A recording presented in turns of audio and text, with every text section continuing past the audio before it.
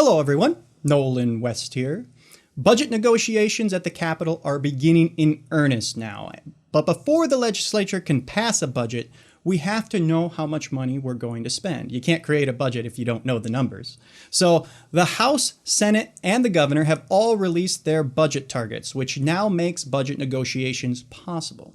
Senate Republicans proposed a $51.9 billion budget. The Governor Walz proposed a $52.3 billion budget. And the House Democrats take the cake with the number one spot with $52.5 billion. These numbers might seem like they're not too off from one another, but everything seems close before you start adding all those zeros. So we're pretty far from agreement right now. And normally, this is where the House and the Senate start crafting budgets and start negotiating on joint budget targets that they agree on. However, as you know, circumstances haven't been normal for quite some time. No one really knows what the economy is going to be like going forward. No one knows if the feds will continue handing out money like Tic Tacs. And the $1.9 trillion COVID relief bill that was recently signed into law by President Joe Biden showers $8 billion on Minnesota state government. That amount of cash has turned our modest surplus into an ocean of money. This is the largest surplus we've had in years. And during normal times, a fat surplus is fantastic. It opens up the ability for tax cuts and can allow the government to catch up on things it has been neglecting, like our road and bridge infrastructure. And you might think, hey, now the legislature can actually do something, since the only power left that the legislature has that hasn't been taken by the governor already is the power to appropriate money. So now is the time for the legislature to do its job and represent the people. But wait, of course there's something else. The governor has a secret weapon that I am certain the legislature won't be able to do anything about. Well, they'll choose not to. Technically they could. And it's that $8 billion from the feds. The legislature can spend that money coming from the federal government. However, if the legislature doesn't spend that money from the feds by May 17th, the end of session, the governor can spend every single dime of it unilaterally without the legislature. He's only constrained by the limits that Congress has put on the money, which isn't much. And you might think, well, hey, then the legislature should spend the money and get to it. But any money that the legislature wants to spend has to be signed by the governor, which he has absolutely no incentive to do. All he has to do is run out the clock.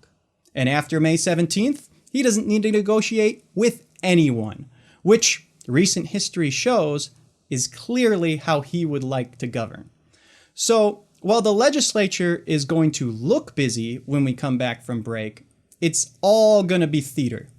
Committees will be working hard to develop budgets for each area of government. House and Senate leaders will no doubt be furiously negotiating with one another on budget targets and the rest. But the reality is, Minnesota will continue to be run by a single man, even when it comes to the legislature's most important responsibility, appropriating money for the budget. The governor has all the cards. That's just the reality of the situation. And he's made it clear that he's going to use them. Tax relief for paycheck protection loans and tax relief for unemployment benefits are his hostages, and he has no reason to let them go. However, Minnesotans elected a slim majority in the Democrats in the House and a slim majority of Republicans in the Senate. Minnesotans clearly want us to prioritize bipartisan work. I mean, we should be working on passing bills that have broad bipartisan support and override the governor if he wants to continue playing politics with these popular bills. I mean, they have the support of the vast majority of Minnesotans and the legislature. Tax relief on PPP loans and tax relief on pandemic unemployment benefits actually passed the Senate on a 55-12 vote. And that bill was carried by Senator Bach, who used to be the Democrat majority leader when the Democrats held the Senate. There is a lot that both parties agree on, but the atmosphere is so toxic it doesn't even matter. And I'm hopeful that will change. But that change will only come if Minnesotans speak out. So please share this video so that people actually know what's going on. And everyone should reach out to the governor and your local senators and representatives and let them know that they should be the ones appropriating the budget and passing bipartisan bills. We all should be working on things that we agree on. And we can go back to our murderous politics when the pandemic is a distant memory. But right now, people need help. Businesses need help. And the future is still so uncertain for millions of people. This is no time for horse trading and hostage taking. It's what people hate about politics. Let's just do our job. Well, that's all I have to say. But please let me know if you have any questions, and please share this video with people. People need to know what's actually going on.